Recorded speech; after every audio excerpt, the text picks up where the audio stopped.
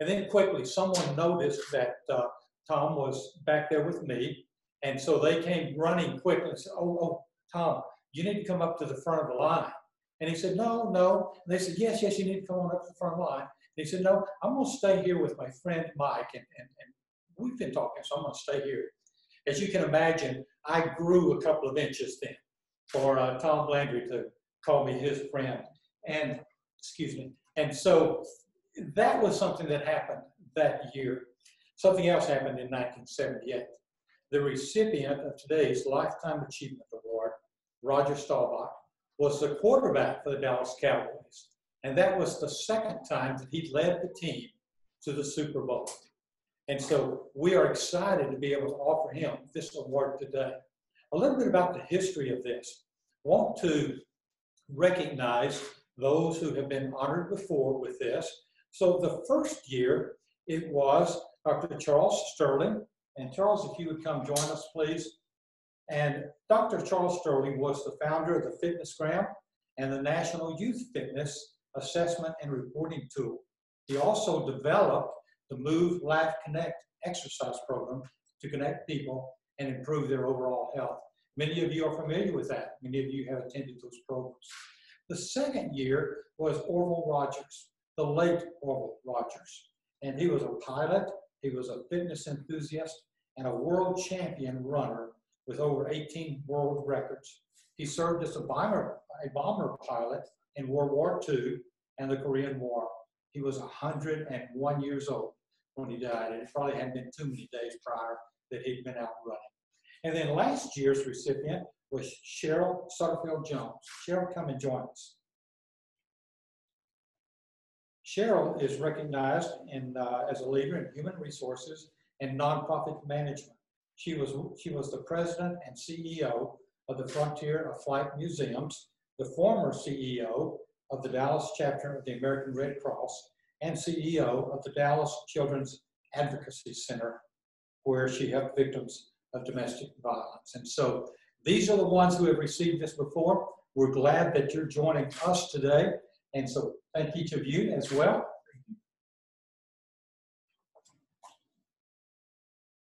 This event, the annual Dr. Kenneth H. Cooper Lifetime Achievement Award, has become one of the highlights of our year.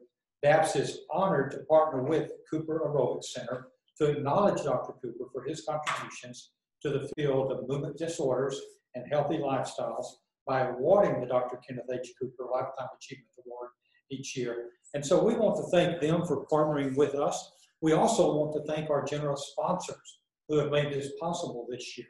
C.C. Young Senior Living, U.S. World Meds, U.S. Anesthesia Partners, AbbVie, Home Care Assistance, and Belmont Village Senior Living. All of these are friends of DAPS and have been friends of DAPS for some time. And so we appreciate them sponsoring this event as well. And with that said, I want to ask Dr. Tyler Cooper if he would come and introduce his dad. Well, it's a pleasure to be with you again today at DAPS. We've been wonderfully encouraged by the great work that's been going on there for many years and are happy to be a part of that ourselves, particularly since Dr. Sterling, the first award winner, worked for us for over 20 years, I believe even 30 years, did such wonderful work. So we're so glad that he's a part of this.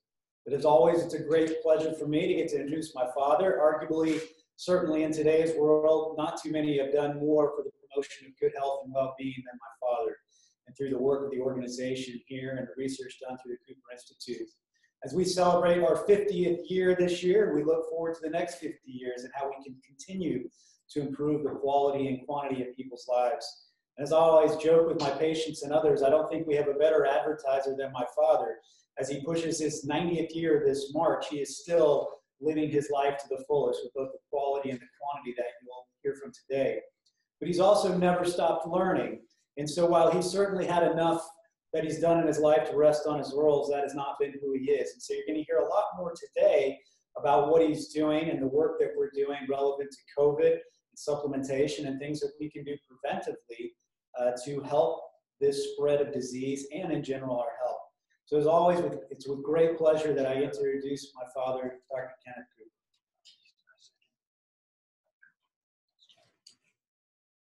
Thank you, Tyler. I want to congratulate Tyler. He is now the new president and CEO of the organization.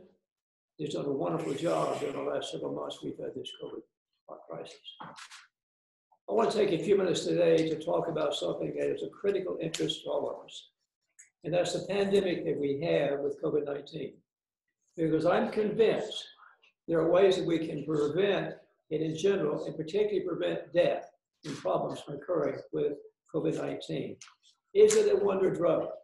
Well, first of all, let's look at the benefits of vitamin D.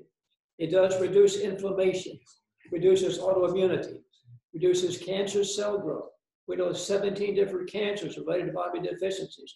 The top ones are cancer prostate, cancer breast, cancer colon, cancer ovary, cancer kidney. We also know that people of color, as you'll hear, can't really manufacture vitamin D because they can't get it through their skin because of melanin in their skin. And they have twice as of prostate cancer and breast cancer than people of lighter skin. It improves brain function, improves mood and sleep, improves the immune system, extremely important. We'll talk about that in just a minute, and reduces the risk of heart disease. All right, this is something of interest too, that vitamin D plays an essential role in brain health. Vitamin D is critical during neonatal development as a young child. It's having early dependency is linked to multiple sclerosis and schizophrenia. And schizophrenia and multiple sclerosis are often associated in individuals with low vitamin D. And being deficient in vitamin D aids in the decline of our cognitive process, resulting in dementia and Parkinsonism. Parkinsonism, keep that in mind. In vitamin D deficiency, muscle weakness, rickets, insomnia, cognitive impairment, nearsightedness, improper bone function, weakening and thinning of bones. Also, it's known as ways to increase vitamin D as skin ages. Our bones can handle only a certain amount of sun exposure. As the skin ages, its capacity to produce vitamin D decreases. And supplementation, another way to increase the amount of vitamin D in the body, as well as taking exposure to the sun. But remember now, we're talking about Parkinsonism too. And Parkinsonism is related to vitamin D deficiency or vice versa. Article published British Medical Journal. This was back in February 2017. British Medical Journal 2017, very important, because this was the first article that indicated vitamin D deficiency may have some relationship to diseases of the lungs, such as pneumonia. And that is what people with COVID are dying of, is with problems with the lungs. That was published in February 2017. It starts hitting the national press. For example, this was published in May 2020. The myths and facts on vitamin D amidst the COVID-19 environment problem. Elderly, African Americans, patients with diabetes mellitus, chronic lung and cardiovascular disease, all groups with low vitamin D levels. All right, now how do children fight off coronavirus? Because children less than 18 years of age, they have less than 1% coming down with the COVID-19. And apparently as an adult, you have a more mature, more developed type of immune system that's more vulnerable to have such things as a cytokine storm. They put this together. It isn't the virus itself that causes the problem. It's the way the body's response to the virus that causes the problem. And that's called a cytokine storm.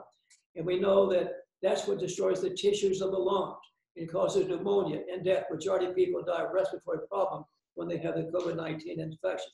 So children haven't developed that high level of immune response like adults have, so they can't have the magnitude of this cytokine storm that's causing diseases. That's the reason we feel that they have some protection.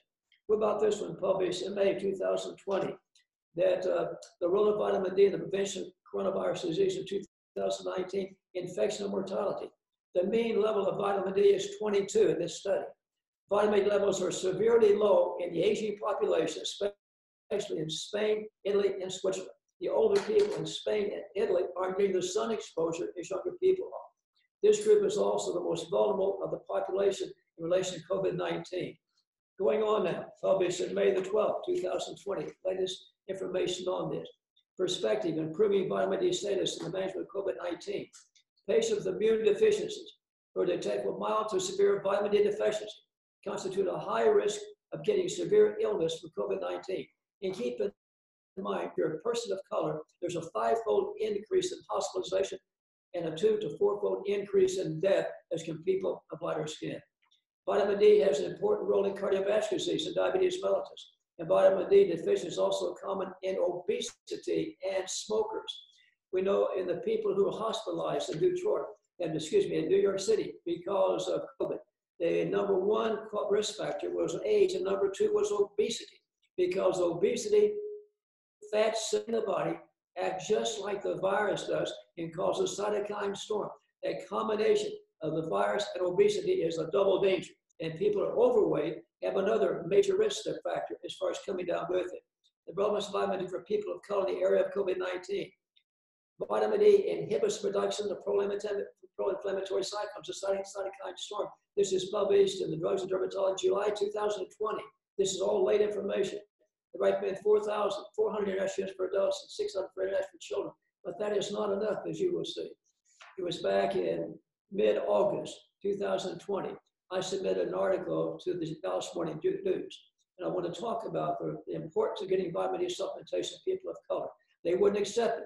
They wouldn't accept it because of this problem that they have, low vitamin Ds, and invariably people with color have vitamin Ds in the single digits or in the low teens. You do need to have it at least above 30 and 40, so I'll talk about that in a minute. But it implies that I'm racist because I'm trying to give these people some recommendations that might save their life. They wouldn't publish the article. And they said because it's socioeconomic factors. It's not because they have some deficiency, it's the way they live, the way we treat them. That's not true. It's because something we can do for them. So doctors studying why obesity may be tied to serious COVID-19. This is published in September 8, 2020, because obesity, as I said, acts just like the virus in causing the problem with COVID-19. Or look at this. This is published in September 2020. Losing 13% of your weight could lead to big improvements in your health. Research based on 8 years of data on 550,000 middle-aged people. Besides the diabetes effect, losing 13% of their weight also made people 25% less likely to develop high blood pressure or sleep apnea. Weight loss also correlated 22% risk for reduction of high cholesterol and 20% lower risk for osteoarthritis. You can't be fat and be fit. That's all there is to it. What about this? This surprised me. People with tobacco use disorder are 8 times more likely to contract COVID-19, even after adjusting for compounding factors such as ethnicity, age, and gender, according to NIH study. Cigarette smoking aggravates, increases the risk of having a major problem with COVID. And substance abuse does the same thing. These are things we can correct, things that we can do that we're ignoring. Another study published in September 2020, a basic review of the preliminary evidence that COVID-19 risk and severity is increased in vitamin D deficiency. And link between vitamin D deficiency and COVID-19 risk is already so strong that it supports action. Why aren't we listening to this? I can't believe something as simple, inexpensive, using vitamin D supplementation may be stopping or controlling this pandemic. Supplementation support of 4,000 units per day for 10 days, significantly more effective than 1,000 units. And correcting possible vitamin deficiency due to COVID-19 is extremely safe. They point this out, September 2020. We don't have to worry about taking too much vitamin D. And what they're recommending at least 2,000 units of vitamin D daily for all populations could have immense effects around the world. Published, Frontiers in Public Health, September 2020. We know that vitamin D levels less than 20 are called deficient. This is published in September 2020 in the Journal of the American Medical Association. People with vitamin Ds less than 20 are 77% more likely to come down with COVID-19. Why are we paying attention to this? Most ridiculous thing I've ever heard, that the people just aren't accepting this. And finally, the Dallas Morning News they asked me to submit another article I published in October 2020. Dr. Kenneth Cooper's vitamin D supplements can help avoid COVID-19 infections. So we're getting the message now. Why? Because we have more data, probably any other clinic in America. We have now 45,827 studies on vitamin D among our patients. Going back to 2013, we started doing vitamin D studies. Look what that happened. We found that the average vitamin D level in 2013 among our patients was 32.8. That's just barely in the quote-unquote normal range, but it's way too low, as you'll find out in just a minute. It's gone up every year, 32, 34, 35, 37, 38, 39, and now it's 42, because our physicians are recommending 2,000 units of vitamin D a day to our patients, and now they're going way up, and look what's happened. Testing people for the acute COVID, we have only 5.6% are coming out that way, and those that have the antibodies, only 4.1%, remarkably low. People come to Cooper Clinic, basically they're healthier, but they're taking vitamin D and seeing that protection. It's amazing we can't get this around the world. So it comes out September 2018. Jury is still out on vitamin D and COVID-19. But the reason it's still out, they haven't come to the conclusion of how much you have to take to get benefits. Because again, reviewing that deficient is less than 20, insufficient is 21 to 29, normal is 30 to 100, and toxicity is 150. A lot to play with there. But I'm saying that's way too low. I want you to see this. I hope you can see this on the screen, because this is something we've just published from our research institute, in which we look at that closely. And you'll see over here is when they have vitamin D levels of 20 or less, then they go down. And by the time they get 35, it goes up here. By the time it gets 40, it goes straight down. And now we can tell you to get to the 35 to 40, take 2,000 internationals per day. To get out here to 50 or 60 where we want you to be, it takes about 7,000 units per day. And I know that Roger was here today, and I looked it up, and his vitamin D level is 64, Roger. You're way out here in this area that shows you maximum protection. And we're trying to get this around the world. And so there's a deficiency, a gene mutation called MTHFR. This is a gene deficiency mutation. We have a woman here on campus that has a vitamin D level of 4. And we can't get it up because it's deficiency. Also, we know some people don't have enough vitamin D receptors. We know we have LDL or bad cholesterol receptors that won the Nobel Prize for Brown and Goldstein many years ago. We also know we have vitamin D receptors. Some people don't have LDL receptors. Some people don't have vitamin D receptors. They invariably have a very low vitamin D. And the way we get that up is with infusions into the vein. So we have ways to even correct people that have these major problems. I'm happy to say finally that Dr. Fauci is now recommending vitamin D. Just a minute ago, I was talking to one of our physicians. He said, I saw the news today that they didn't want to promote vitamin D until they wanted to keep the coronavirus up until after the election. But now after, because they wanted that to be a major factor in the election. And now they're recommending everybody take vitamin D. That's in the news today, vitamin D and zinc, which is also very important. We have that in our vitamins. So I wanted to share that with you because this is something that we are ignoring. But I think we soon get the message around the world, because I had Franklin Graham, Billy Graham's son, in just last week. I gave him the same presentation. He said, Doc, we got to get this around the world. And so they're going to be featuring this in the January issue of Decision Magazine, just what I'm sharing with you now. It goes around the world. On our website, on their social media, they have 8 million people on their social media that'll be getting this message around the 1st of January. So it started here back in 2013. Now we have more than anybody else in the world in this particular area, may have an impact on the world. So I wanted to share that with you. I usually talk about Parkinsonism, but you people that are having Parkinsonism, try to prevent it. Remember, get your vitamin D checked. I'm insisting that physicians start as part of the routine examination, get a vitamin D level. And you adjust the dosage based upon the level. You do it like you take a statin drug. You adjust the statin drug to control the cholesterol.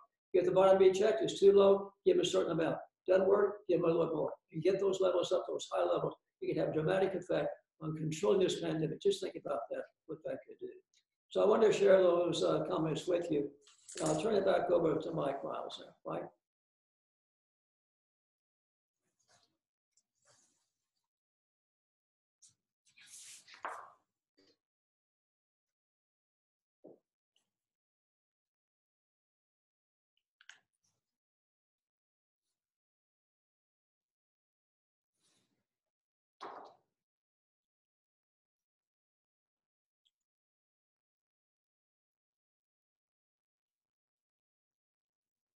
Well, I'm discovering that these things sometimes get hung up in your glasses.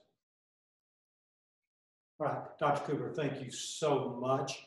And this is the 4th year that I've heard you, and it just keeps getting better. And I learn something every time. So thank you so much. And we thank the Cooper Institute for partnering with us and doing this every year. And we're excited this year with the recipient of our Lifetime Achievement Award. In 2018, Roger Staubach won the Presidential Medal of Freedom, the nation's highest civilian honor. He was also awarded the Lombardi Award of Excellence from the Vince Lombardi Cancer Foundation. He also supports the Children's Cancer Fund, the Salvation Army, the United Way of America, and founder of Allies in Service. Roger founded Allies in Service to reach out to veterans and their families to access quality health care, education, and meaningful employment. He's a graduate of the United States Naval Academy. Roger served 4 years as a Navy officer and is a Vietnam War veteran. After the Navy, he joined the Dallas Cowboys football team, where he won 2 Super Bowls and popularized the term Hail Mary. Roger has made significant contributions to the health and welfare of the community. He serves on the Cooper Institute Board of Trustees, dedicated to promoting lifelong health and wellness through research and education. This research includes movement disorders such as Parkinson's disease. DAPS is honored to recognize Roger Staubach and acknowledge his personal achievements, examples, and inspirations and contributions to the industry. So Roger, if you would come at this time, and I am going to allow and ask that Dr. Cooper would make this presentation. Roger and I have been friends since 1974. And what a wonderful friend and supporters he's been. And I'll tell you, no one deserves this more for a life of achievement award for all the things he's done. Roger, I'm going to shake your hand. I'm supposed to do that. Congratulations. We're so proud of you. Please say a few words. Thank you. And man, I look a lot younger right here. I've got this beard really that my wife, when the virus started, I said, hey, it's going to go for a little while, and I'm not going to shave so it continues to go.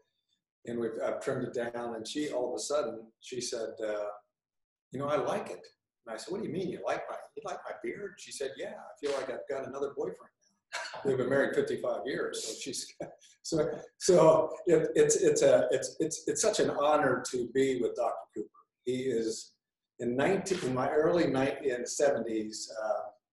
We had won the Super Bowl, and the next year I tried to run over a linebacker on the LA Rams, Marlon McKeever, and I separated my shoulder.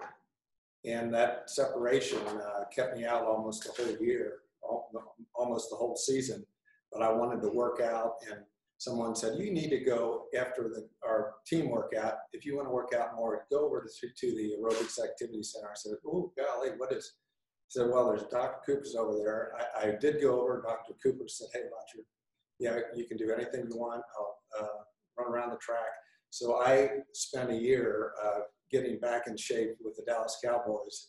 And I also had a chance to meet Dr. Cooper, and it's been a real honor, and it's been a big privilege for me to be part of his life. And he's been a very, very important part of my life also. And so this award, I look back, and Ruth Altshuler was in Dallas. I was on the board of, she was involved with the Salvation Army and the United Way. She was involved in everything. She was a great human being, a great woman. And her husband, Charlie Sharp, got Parkinson's. And at the same time, my wife's brother, George, got Parkinson's. And they really helped me understand some of the things that could be done. And they were able to really look into a number of things. And Charlie was went to sent George, my brother-in-law, to New York and met with the doctor there that L-DOPA was really new at that time. A lot of progress has been made with Parkinson's thanks to great doctors and like Dr. Cooper and others. And through that time also, Marianne's father had Parkinson's. And ironically, 3 weeks ago, my best friend, Skip Orr, was my receiver at Navy, and we've been great friends. We talk each other all the time. And he called me the other day, and he said, Roger, I just found out I've had some symptoms, and I finally got them looked at, and I've got Parkinson's. And he said, I'm not really that worried right now. It scares me, but there's a lot been done. I've been studying it. I'm going to exercise more. I'm gonna have a patch on. It's a 24/7 patch that's gonna really, so the progress that's been made has been fantastic. And I've seen it by family and friends. And I know that Dr. Cooper has always been in the middle of good things that happen in medicine. And again, for me, it's an honor. I'm going to put my plaque right next to my Heisman Trophy. Thanks a lot, Doc. Thank you. I got my, actually, I have my Navy, put my Navy, Great. Oh, you're so proud of you. thank you. Right.